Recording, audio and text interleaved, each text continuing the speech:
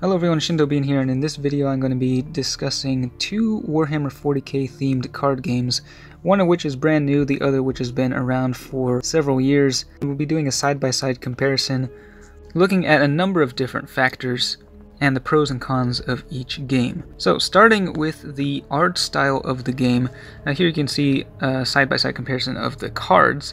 Over on the left though, the Warpforge cards have original artwork. There's plenty of good art in the game. The cards are pretty easy to read as well, but I actually prefer the look of the cards in Warhammer combat cards, which have the actual miniatures, and I think the cards in Warhammer combat cards are much easier to read and to identify at a glance because of the varied poses and just the color scheme and all that. They really stand out, and also the card design I actually prefer as well. The borders and all that, I think it just looks a little bit better than the Warpforge cards. Now if you do a side-by-side comparison of what the actual gameplay looks like, these are both on the Steam version.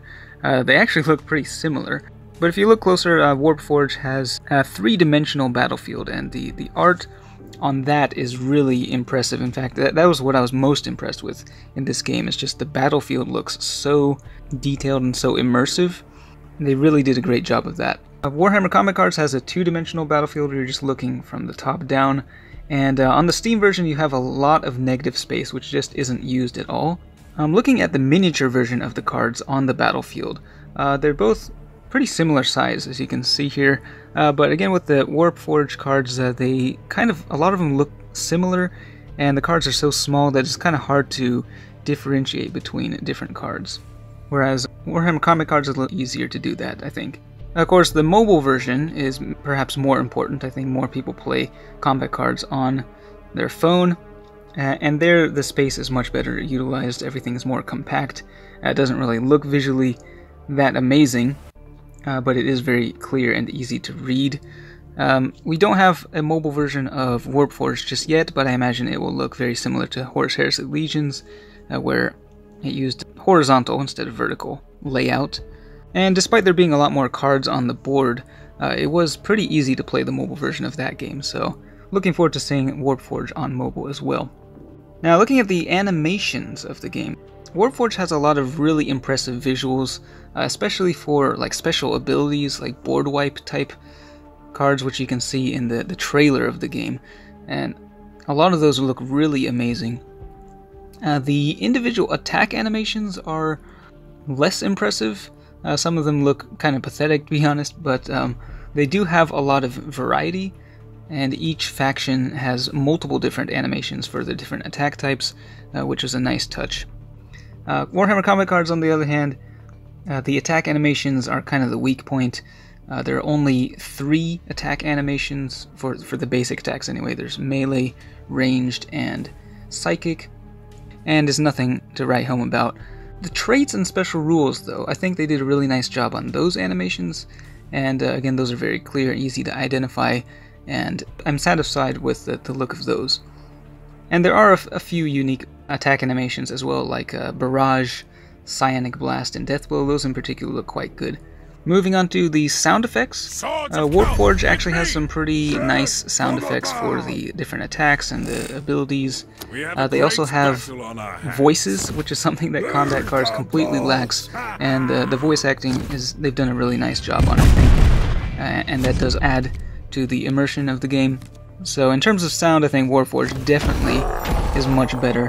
Combat cards, it feels like they have maybe less than 10 sound effects in total, and none of them are very good, so I don't even play with the sound effects on. I just turn it off because it's just really repetitive and annoying to listen to.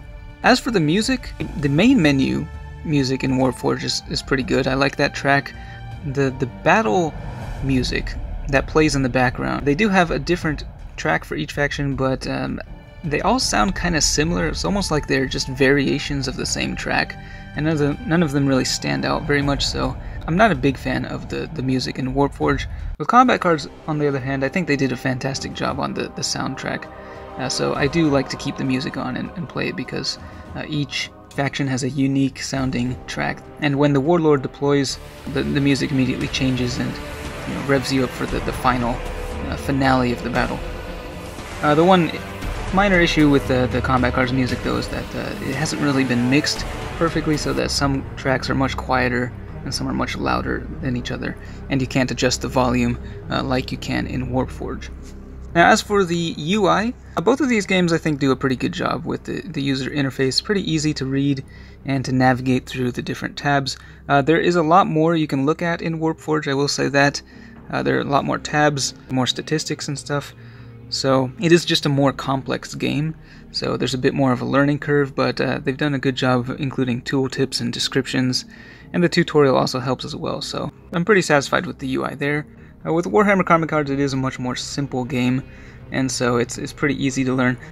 Tutorial, though, is a bit lacking, and they don't actually teach you how to do a lot of the stuff in the game. You just sort of have to figure it out. They did add a sort of training mode for beginners, which definitely helps, but there's still a lot of things that you just sort of have to learn on your own.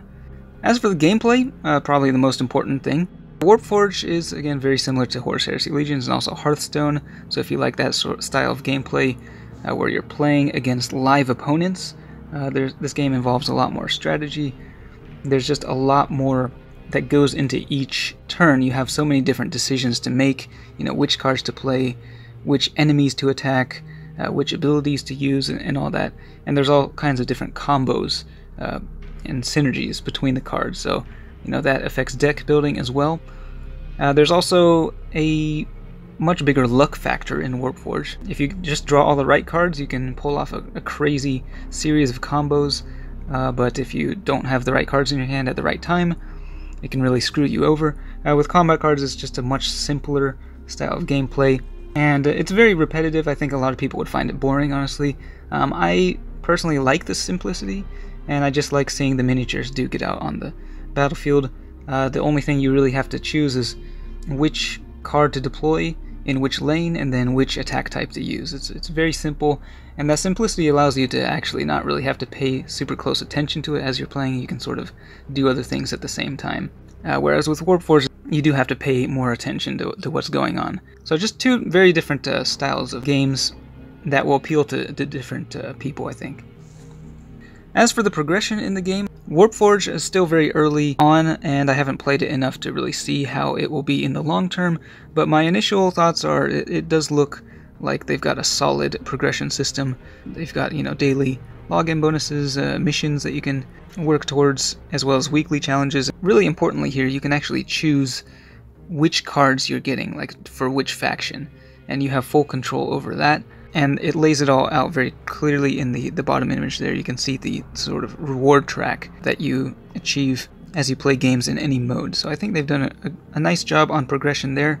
With Warhammer Combat Cards, it really is a much slower progression, and it takes a huge amount of time or money if you want to progress in the game.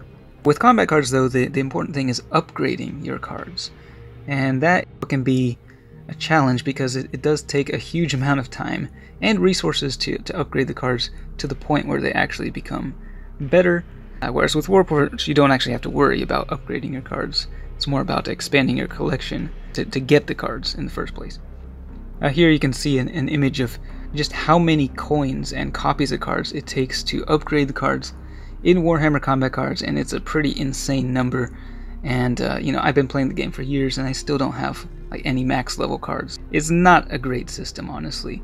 As for monetization, both of these games have the opportunity to spend a whole lot of money, just like any other free-to-play game these days. The main difference, I think, if you look at Warpforge, they have a premium track for each faction, it looks like, and you pay like $20, and it'll basically apply a permanent effect to that campaign. It looks like you'll just get 200 points for logging in every day, as well as additional rewards, which is kind of interesting.